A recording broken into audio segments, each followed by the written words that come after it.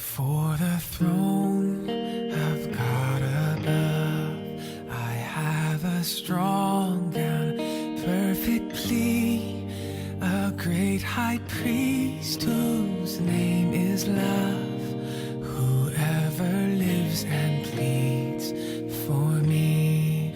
My name is graven on his hands, my name is written. Livro do profeta Jonas, capítulo 3, diz assim: a palavra do Senhor veio a Jonas pela segunda vez. Vai agora à grande cidade de Nínive e proclama a mensagem que eu te ordeno. Jonas foi imediatamente para Nínive, segundo a palavra do Senhor. Nínive era uma cidade grande e se levava 3 dias para percorrê-la. Jonas começou a percorrer a cidade por um dia, clamando: Nínive será destruída daqui a 40 dias. Os habitantes de Nínive creram em Deus e decretaram um jejum e vestiram-se de pano de saco, do mais rico ao mais pobre. A notícia também chegou ao rei de Nínive. Ele se levantou do trono e, tirando o manto, cobriu-se de pano de saco e sentou-se sobre cinzas. Então fez uma proclamação e a publicou em Nínive, por decreto do rei e dos seus nobres, que nem homens, nem animais, nem bois, nem ovelhas provem coisa alguma, não comam nem bebam água, mas sejam cobertos de pano de saco, tanto os homens como os animais, e clamem com fervor a Deus, e cada um se converta do seu mau caminho e da violência de suas mãos. Talvez Deus se volte, arrependa-se e afaste o furor da sua ira, de modo que não morramos. E Deus viu o que eles fizeram, como se converteram do seu mau caminho, e então arrependeu-se do castigo que lhes enviaria, e não o executou. Amém? Hoje eu gostaria de falar com os irmãos sobre misericórdia. Misericórdia. E nós temos dificuldades de lidar com a misericórdia de Deus. Eu quero mostrar nesta noite que nós temos dificuldade de lidar com a misericórdia de Deus em 3 áreas, pelo menos. Nós temos dificuldade de lidar com a misericórdia de Deus conosco, quando Deus age com misericórdia com a gente. Nós temos dificuldade de lidar com a misericórdia de Deus quando Deus usa pessoas que nós olhamos e dizemos: esta pessoa não poderia estar aí. Ela não poderia estar sendo usada pelo Senhor. Nós temos dificuldade de lidar com a misericórdia de Deus quando Ele salva pessoas que nós imaginamos e esperávamos que estas pessoas não fossem salvas. Você quer ver uma coisa? Quando alguém se converte, alguém que foi terrível, o que as pessoas dizem? Elas dizem assim: olha, aprontou tanto, agora é evangélico. Não é assim? Será que se converteu mesmo? Não é assim que a gente fala? E tem pessoas que nós esperamos o juízo de Deus, mas não a conversão para essas pessoas. Se, por exemplo, os governantes deste país se convertessem, a gente ia ficar triste, falando: Deus, eu esperava que o Senhor mandasse fogo neles. E aí a gente fica em dúvida: será que se converteu mesmo? Será que estes governantes que têm roubado a nossa nação, será que eles se converteram? E aí a gente questiona a misericórdia de Deus, e a gente age assim diariamente. Quando eu estava estudando o capítulo 3 de Jonas, eu falei: meu Deus, como muitas vezes nós nos identificamos com Jonas. E a gente vai ver que quando a gente estuda o personagem de Jonas, lá no fundo a gente diz assim: obrigado, Senhor, porque eu não sou como esse homem. Mas na verdade nós somos. Diariamente nós agimos como Jonas. Ora nós somos Jonas, e ora nós somos Nínive. E nós vamos ver isso essa noite. A primeira coisa que nós vamos aprender é a misericórdia de Deus para com Jonas. Deus agiu com misericórdia. No versículo 1 diz assim: a palavra do Senhor veio a Jonas pela segunda vez. O que nós percebemos é que Deus é um Deus de segundo as oportunidades.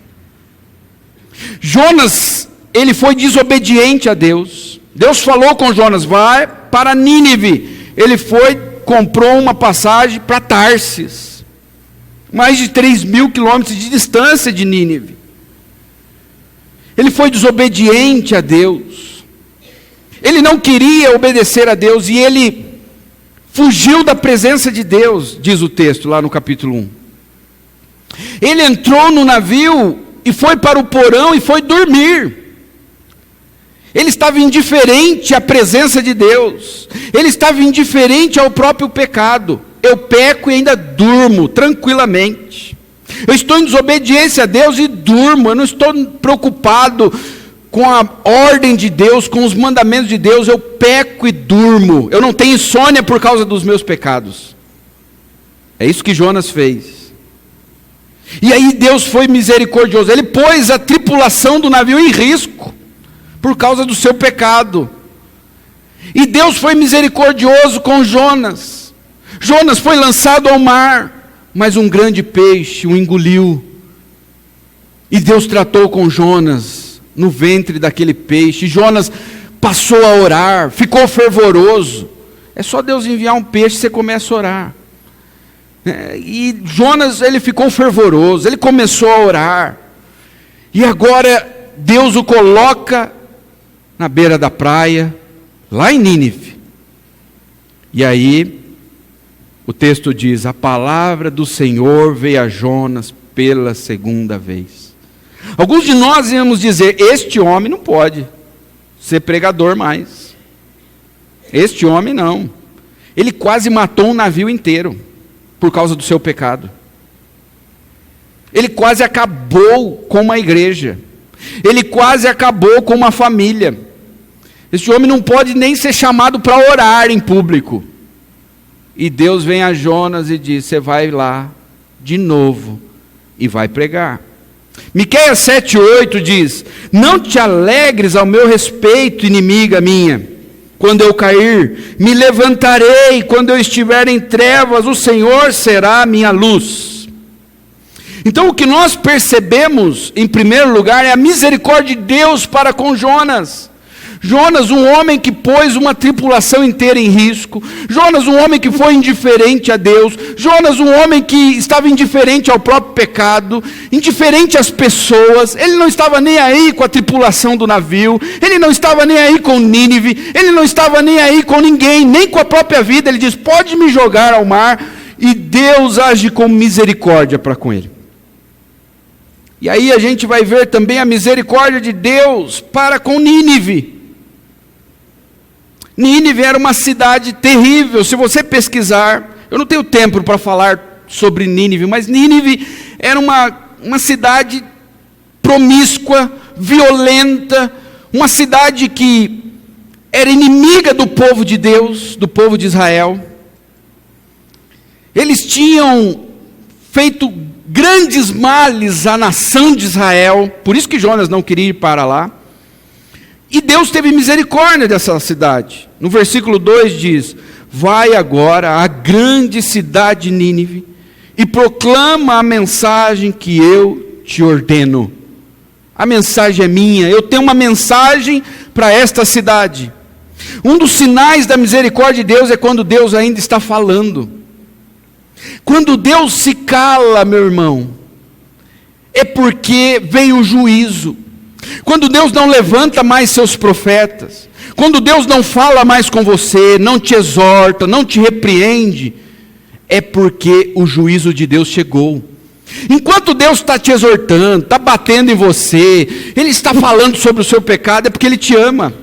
A Bíblia diz que o pai corrige o filho a quem Ele ama. Então, louve a Deus quando você está sendo exortado, quando o seu pecado está sendo exposto, quando Deus está chamando a sua atenção, quando Deus ainda fala com você, te inquieta, te incomoda, te faz sair do seu conforto, do seu comodismo. É Deus tendo misericórdia de você. E Deus fala: vai para Nínive. Eu tenho uma palavra para esta cidade. Deus ama a cidade apesar de suas transgressões. E nós precisamos ter este olhar para a nossa cidade, para as grandes cidades do nosso país, para as grandes cidades deste mundo. Deus ama as cidades. E se você for estudar a história das cidades, você vai ver que quem fez a primeira cidade foi Caim.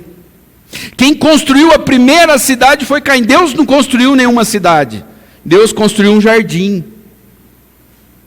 Olha que interessante. As cidades, as primeiras cidades foram construídas por Caim, aquele que matou Abel. E quando você vai lá para Apocalipse, você vê uma mistura, a cidade e o jardim agora. A Bíblia diz que nós esperamos a cidade santa, a nova Jerusalém, e que as portas do jardim estão abertas agora, nós temos livre acesso à árvore da vida.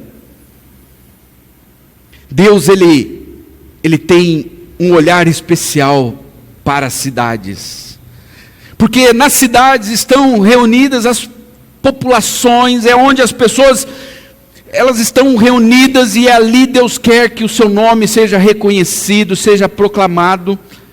É nas cidades. Você vai ver que Deus, ele tem um olhar especial para as grandes cidades. É dali que o evangelho se espalha. Você vê as estratégias de Paulo, quando ele começa a pregar o evangelho, ele começa pelas grandes cidades, cidades que eram portuárias, que dali o evangelho poderia se espalhar para outros lugares, cidades que eram cidades chaves. Então Deus olha para Nínive com misericórdia e diz: vá para Nínive, apesar do pecado de Nínive. Jonas capítulo 1, versículo 2 diz: vai agora à grande cidade de Nínive e prega contra ela, porque a sua maldade subiu a mim. Era uma cidade terrível. A maldade dessa cidade chegou até Deus, e se tornou insuportável para Deus, a maldade daquela cidade.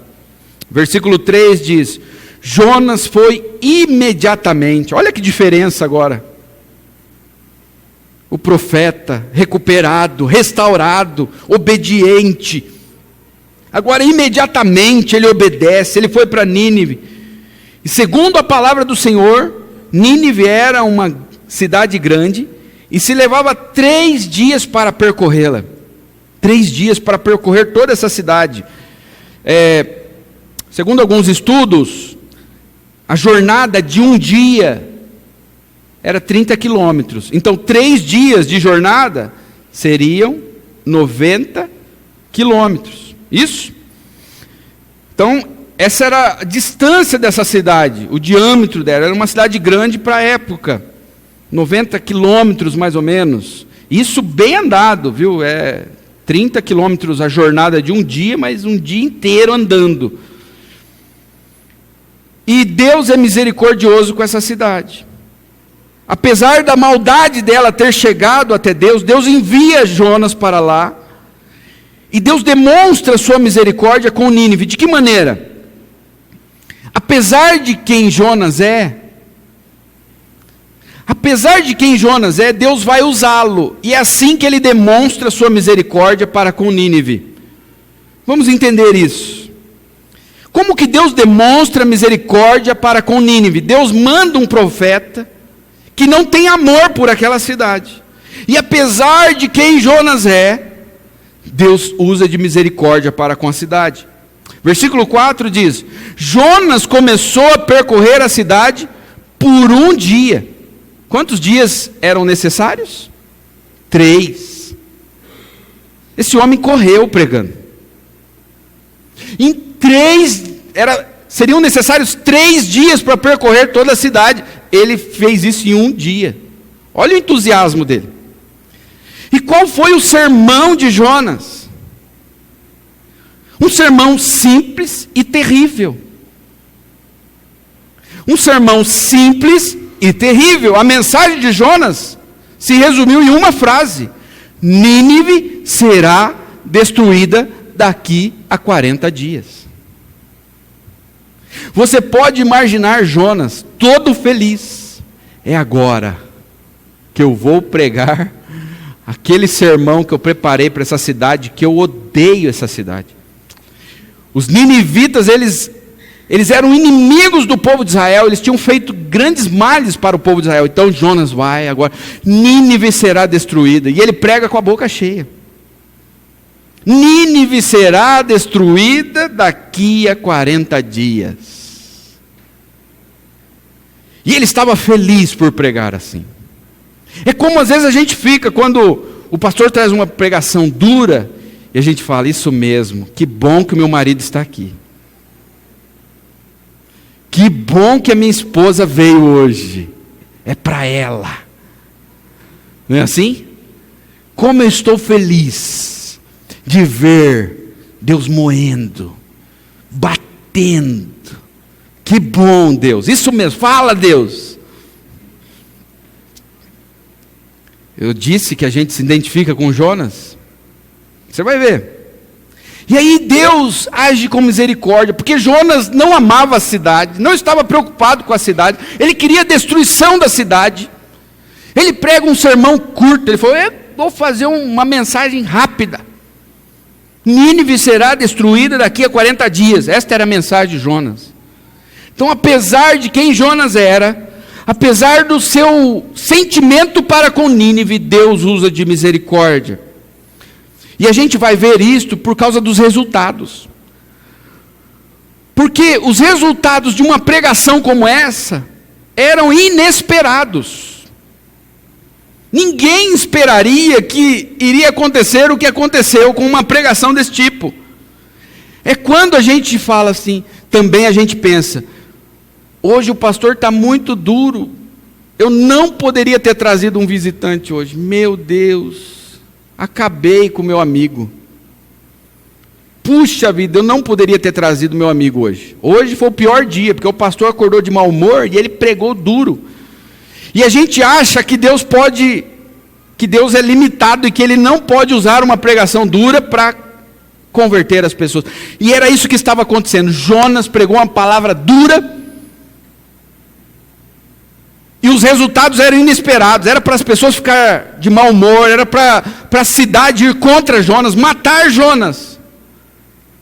E os resultados foram inesperados. Por isso, não fique pensando, não limite Deus, achando que Deus não pode agir, não pode tocar no coração das pessoas por causa da forma, às vezes até do rigor da pregação. A pregação de Jonas era rigorosa. E o que aconteceu? Um resultado inesperado. Os ninivitas se arrependeram. De forma sincera, houve fé e arrependimento. Versículo 5. Os habitantes de Nínive creram fé em Deus e decretaram um jejum, arrependimento. Vestiram-se de pano de saco, do mais rico ao mais pobre. Isso aí é um fator cultural. Vestir-se de pano de saco era uma forma de externar um sentimento. Era uma forma de dizer, eu estou me humilhando diante de Deus por causa dos meus pecados. Era uma forma de dizer, eu estou indignado em relação aos meus pecados. O arrependimento deles não era apenas de palavras. Era um arrependimento externo, visível, que era possível perceber por outras pessoas. O rei foi impactado. A gente vai ver que todos foram tocados por esta pregação, do mais alto ao menor, do mais pobre ao mais rico. O rei foi impactado. Versículo 6 diz, a notícia também chegou ao rei de Nínive. Ele se levantou do trono, tirando o manto. Ele tirou a sua roupa toda pomposa e cobriu-se de pano de saco e sentou-se sobre cinzas. Olha que coisa poderosa que aconteceu aqui. Os governantes se arrependeram. O povo se arrependeu. Houve uma comoção nacional. Versículo 7. Então fez uma proclamação e a publicou em Nínive, por decreto do rei e dos seus nobres, que nem homens, nem animais, nem bois, nem ovelhas provem coisa alguma, não comam nem bebam água. Toda a cidade entrou em jejum. A cidade ficou angustiada. Deus está contra nós. A palavra de Deus veio contra nós, por boca do profeta Jonas. E eles creram em Deus. Agora imagine este povo que era politeísta. Como é que eles creram no Deus de Jonas? Será que eles ouviram a história? Ficaram sabendo que o Deus de Jonas mandou uma tempestade lá no mar? Será que eles ficaram sabendo que esse Deus enviou Jonas através de um peixe até Nínive e o vomitou na praia? Será que eles ficaram sabendo das histórias do povo de Israel? O que Deus fez com o Egito, por exemplo? O que Deus fez com Sodoma e Gomorra? Será que eles sabiam dessas histórias? É bem provável. E eles creram no Deus vivo. Um povo que era politeísta, e houve conversão. Versículo 8. Mas sejam cobertos de pano de saco, tanto homens como animais, e clamem com fervor. Eles começaram a orar a Deus. E cada um se converta do seu mau caminho e da violência de suas mãos. Veja que o arrependimento deles foi sincero.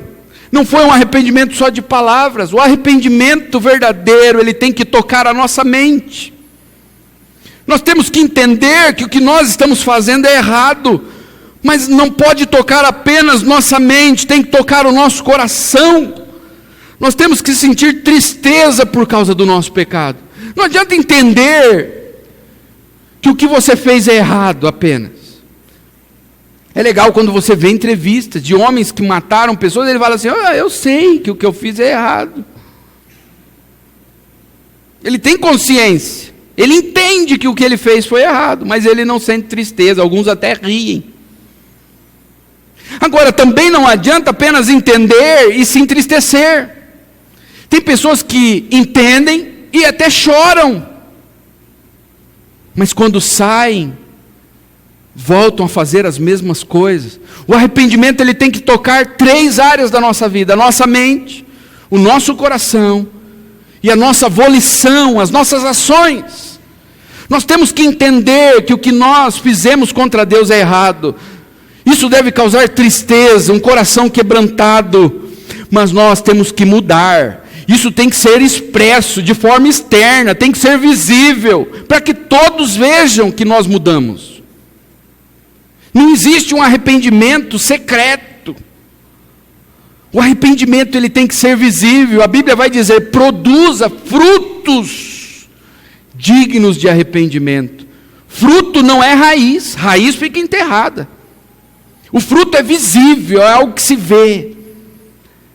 E foi isso que aconteceu, e houve humildade. No versículo 9 ele diz: talvez, fazendo tudo isso, jejum, pano de saco, aí eles dizem: talvez Deus se volte, arrependa-se e afaste o furor da sua ira, de modo que não morramos. Eles não disseram assim para Deus: olha Deus, está vendo? Agora o Senhor tem que fazer. O Senhor é obrigado, porque a gente, olha o esforço que a gente está fazendo, Deus. Faz 1 mês que eu estou indo na igreja, Deus. Eu tenho dado dízimo. O Senhor tem que me abençoar, Deus. O Senhor não está vendo o meu sacrifício? Como eu sou dedicado, como eu tenho orado, como eu tenho buscado. Então o Senhor tem que mudar a minha situação. Não foi assim que eles fizeram. Eles disseram, depois de todo esse sacrifício que eles fizeram, de ficar sem comer, de vestir pano de saco, eles disseram: fazendo isso, talvez Deus se volte e se arrependa. Quem sabe Deus não tem misericórdia de nós? E o que Deus fez? Qual foi a reação de Deus? Versículo 10. E Deus viu o que eles fizeram. Meu irmão, minha irmã, se você se arrepender de verdade, você pode ter certeza de uma coisa: o primeiro que vai ver é Deus. É o primeiro, depois as pessoas à sua volta. Mas o primeiro que vai ver, se você se arrepender de verdade, é Deus. E Deus viu o que eles fizeram, como se converteram do seu mau caminho. Então arrependeu-se do castigo que lhes enviaria e não o executou. Quando o autor diz aqui que Deus se arrependeu, não é como o arrependimento que nós praticamos, porque arrependimento é quando nós fazemos algo de errado, e nós deixamos de fazer aquilo de errado, nos arrependemos por fazer aquilo. Aqui, arrependimento, quando se trata de Deus, você vai ver isso várias vezes no Antigo Testamento, e Deus se arrependeu do que iria fazer, não fez. Deus se arrependeu de ter feito o homem, você vai ver textos assim. Quando a Bíblia fala sobre o arrependimento de Deus, não é um arrependimento por fazer algo de errado, porque Deus não peca, Deus não erra. A questão aqui é o seguinte: havia duas possibilidades para o povo de Nínive. Se eles continuassem no pecado, eles seriam destruídos. Se eles se arrependessem e crescem, eles seriam redimidos. Havia essas duas possibilidades. O que aconteceu aqui é que Deus, porque o povo se arrependeu, agiu com graça e misericórdia. Porque o povo se arrependeu e creu, Deus foi misericordioso. Agora, não foi um arrependimento no sentido de mudar porque o que eu iria fazer era errado. Qualquer uma das opções, qualquer uma das ações de Deus seriam justas e corretas. Se Deus destruísse o povo, ele seria justo, porque a Bíblia diz que o salário do pecado é a morte. Mas porque esse povo se arrependeu, isso foi um milagre de Deus no coração dessa nação. Nós nunca vimos isso em nenhuma ocasião da história. O único momento em que uma cidade inteira se converte está aqui, ó. É considerado o maior avivamento de toda a história do povo de Deus. Nós tivemos grandes avivamentos, mas nenhum como esse, comparado a esse. Uma cidade inteira, todos os habitantes se converteram. Rico, pobre, todos, crianças, velhos, todos. É o maior avivamento da história. E qual foi a reação de Deus? Deus agiu com misericórdia, não executou eles. O que nós podemos aprender nesta noite? Nós podemos aprender o seguinte: que nossas motivações não podem parar a obra de Deus. As nossas motivações não vão parar a obra de Deus. Você pode até fazer a obra de Deus desmotivado.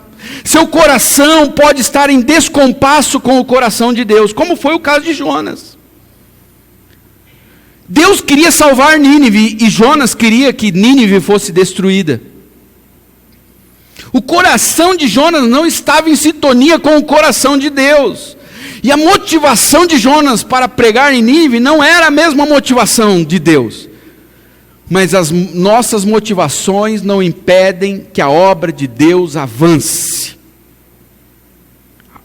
As nossas motivações podem ser erradas. Tem pessoas que pregam o evangelho esperando coisas que Deus não quer que essa pessoa espere. E mesmo assim, Deus usa apesar da atitude, da motivação das pessoas. Você pode até não ter o interesse de que algumas pessoas sejam alcançadas, e você não se esforça para que isso aconteça. Mas Deus não vai deixar de te usar apesar do seu coração, apesar das suas motivações. Uma outra coisa que nós aprendemos aqui é que muitas vezes nós temos dificuldade de lidar com a misericórdia de Deus, quando a misericórdia de Deus é com a gente. Deus age com misericórdia com a gente e a gente tem dificuldade de lidar.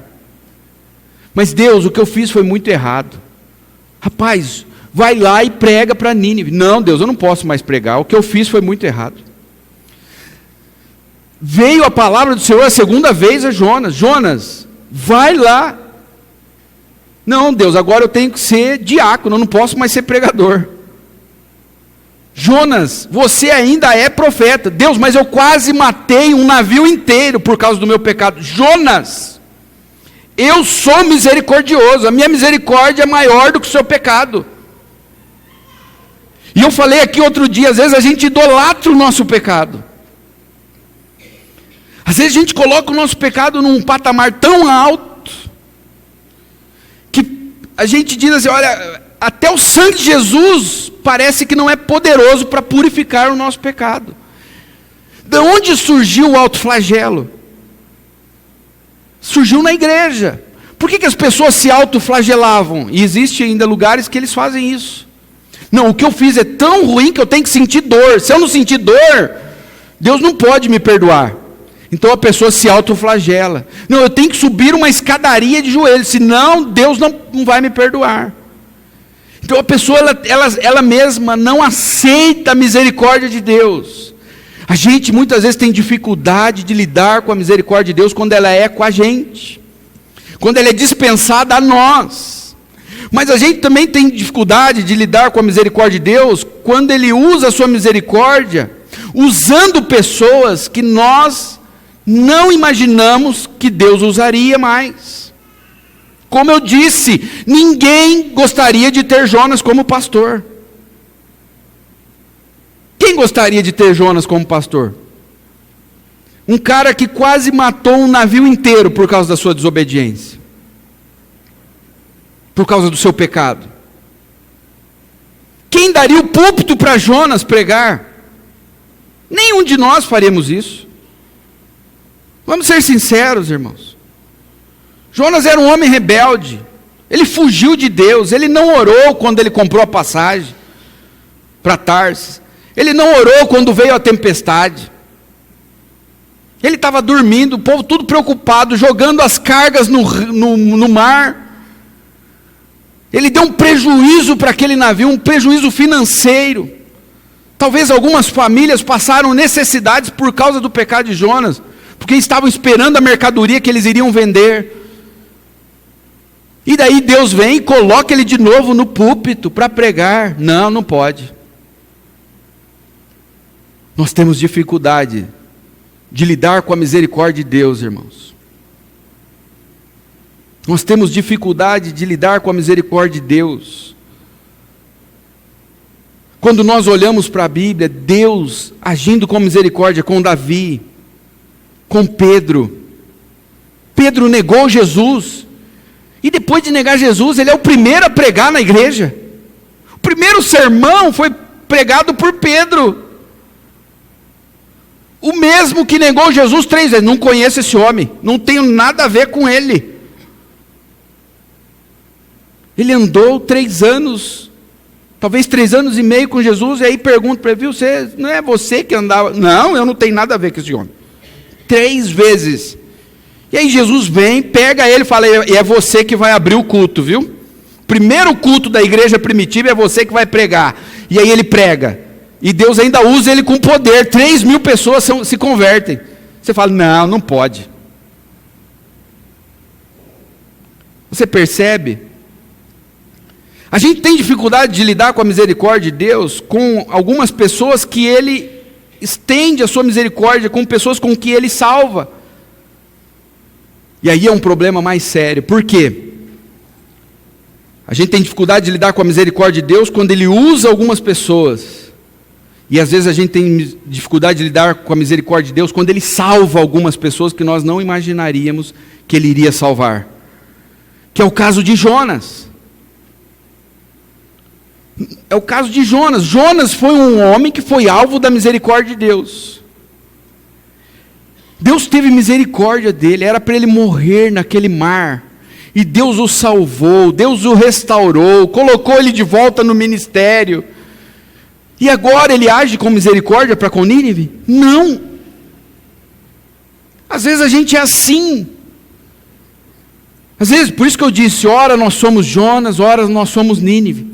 Ora nós precisamos ser alvo da misericórdia de Deus, e ora nós fomos alvo da misericórdia de Deus, mas não agimos com misericórdia com outros que precisam da misericórdia. Jonas foi alvo da misericórdia de Deus, aí ele entra em Nínive bravo, pregando um sermão duro, ele não está nem aí com o povo, ele quer que o povo vá para o inferno.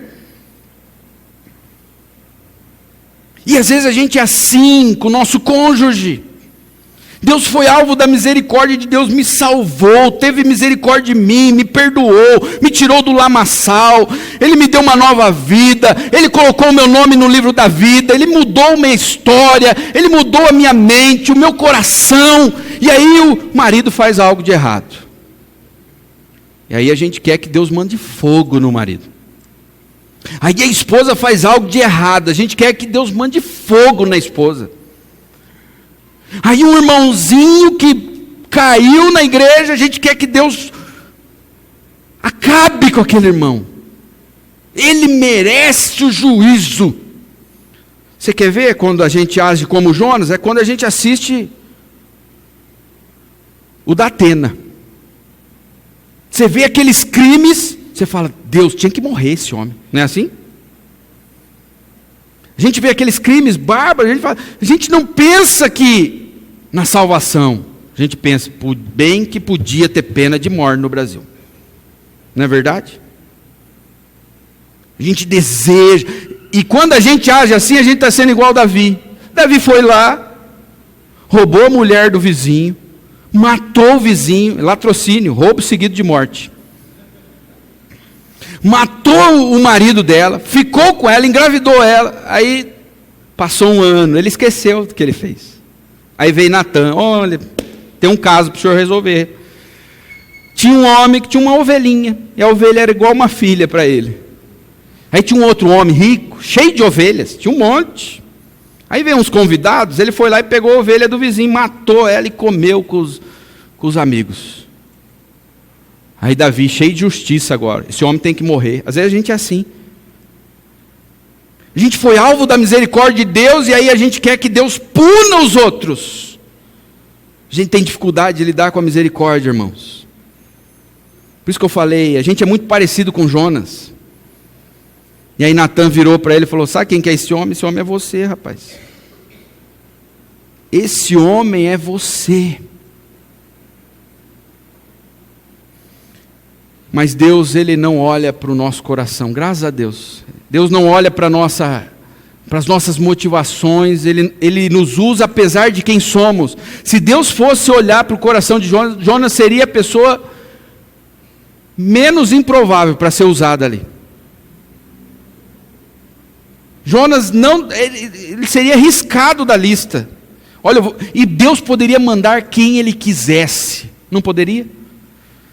Ele poderia mandar um profeta amoroso, que amasse Nínive, mas Ele quis mandar Jonas mesmo, para mostrar que Deus vai agir com misericórdia, mesmo quando nós não temos misericórdia. E aí a gente vai ficar irritado, igual Jonas, você vai ver isso no capítulo 4 depois. Jonas ficou irritado porque Deus salvou, é o único pregador que fica frustrado quando o resultado é bom. A igreja encheu, um monte de gente foi batizado. Estou com raiva, Deus, me mata. Eu não queria isso, eu queria que o Senhor mandasse fogo no povo. É o único pregador da história que fica revoltado com um bom resultado da pregação. Agora, o que a gente percebe é que nossa rebeldia não pode frustrar os planos de Deus. Olha, você pode ser um rebelde, você pode estar em desobediência, mas se Deus tem um plano para a sua vida, meu filho, não é a sua desobediência que vai frustrar os planos de Deus. E às vezes a gente pensa assim, e eu já falei isso muitas vezes, Ele não quer, Deus levanta outro, não é assim que a gente fala? Não, às vezes Deus fala assim, é Ele mesmo que eu vou usar, não vou levantar outro. Eu vou usar Ele, mas Deus, Ele é terrível, Ele não quer, mas eu quero. E aí nós entramos numa paranoia aqui, nesse texto, quando a gente vai pensar em livre-arbítrio. Cadê o livre-arbítrio de Jonas? Cadê o respeito que Deus teve pelo livre-arbítrio? Porque Jonas fala, eu não vou. Deus podia falar, tudo bem, você é livre, Jonas, faz o que você quer da sua vida. Não, você vai, Jonas. Aí Jonas fala, não, eu vou me matar. Não vai, nem se matar Deus deixou ele. Eu vou cometer suicídio, me joga no mar. Não vai morrer, você vai morrer a hora que eu quiser. Deus usa a gente, apesar da nossa rebeldia. Se Deus tem um plano para a sua vida, Ele vai te levar aonde Ele quer. Nem que ele quebre você em pedacinho. Nem que ele acabe com você. Olha, ele põe você no pó. Você não tem ideia do que é ficar 3 dias no ventre de um peixe. Aquele cheiro de sardinha terrível. Jonas diz que as algas enrolaram no pescoço dele. Você imagina a escuridão. Olha, irmãos, a gente não tem noção. Ele acreditou que ali era o inferno, para você ter uma ideia. Ele chama o lugar onde ele estava de inferno. Se Deus precisar te moer para te usar, Ele vai fazer isso aí. Deus não vai levantar outro, é você. Se é você, é você. Pronto, acabou. Jonas 1,3 diz: Jonas, porém, fugiu da presença do Senhor na direção de Tarso, descendo para Jope, achou um navio que ia para Tarso, pegou a passagem, embarcou nele a fim de ir para Tarso, fugindo da presença do Senhor. Aí o versículo 1 do capítulo 3 diz: a palavra do Senhor veio a Jonas pela segunda vez. Deus poderia ter levantado outro. Ele falou: não, é com Jonas mesmo que eu vou falar. Jó 42:2 diz: bem sei que tudo podes e que nenhum dos seus planos pode ser impedido. Se Deus tem um plano para a sua vida, nem a tua rebeldia vai impedir Deus de te usar, de te colocar onde Ele quer colocar você. O que a gente vê, para a gente encerrar aqui? Um paralelo entre Jonas e Jesus. Jonas rejeitou Nínive porque era uma cidade que ele não amava, e ele também não era amado por Nínive. Jonas não era amado por aquele povo. Os ninivitas odiavam o povo de Israel. E Jonas rejeitou essa cidade porque ele não a amava e não era amado por ela. Jesus não rejeitou este mundo, irmãos, mas o amou, ainda que ele não era amado por este mundo. Ao contrário de Jonas, Jesus amou este mundo, e ele não era amado por este mundo. A Bíblia diz que a luz veio ao mundo, mas os homens amaram mais as trevas do que a luz. Jesus veio para um mundo que não o amava, mas o amou. Quando Jesus veio ao seu encontro, você não amava ele, você gostava, era do pecado. Você não queria nada com Cristo, mas Ele te amou. Antes de você amá-lo, Ele te amou primeiro. Jonas, por sua desobediência, foi jogado ao mar e passou 3 dias no ventre do peixe. Por causa da sua desobediência, agora Cristo, porque foi obediente, Ele foi humilhado, espancado e foi jogado na cruz. E por 3 dias passou no fundo de um túmulo. Jonas foi desobediente e foi jogado dentro do ventre de um peixe. Jesus foi obediente e foi espancado, jogado na cruz e depois jogado no túmulo. Jonas pregou o juízo de Deus com a motivação de ver os pecadores condenados. Jesus também pregou o juízo de Deus. Ele disse: arrependei-vos, porque é chegado o reino de Deus. Ele pegou o juízo, mas com a motivação de ver os pecadores salvos. Olha a diferença. Jonas foi alvo da misericórdia de Deus. Deus agiu com misericórdia, mas depois Jonas agiu com juízo. Jonas não agiu com misericórdia com Nínive. Tome cuidado, Deus foi misericordioso com você. Você está vivo hoje porque Deus teve misericórdia de você. Jeremias vai dizer, Lamentações, Jeremias vai dizer que as misericórdias do Senhor são é a causa de não sermos consumidos, porque elas se renovam a cada manhã. Você não foi consumido hoje porque Deus teve misericórdia de você. Então tenha misericórdia da sua esposa, do seu filho, do irmão que caiu. Tenha misericórdia. Tenha misericórdia das pessoas que estão à sua volta, do seu patrão.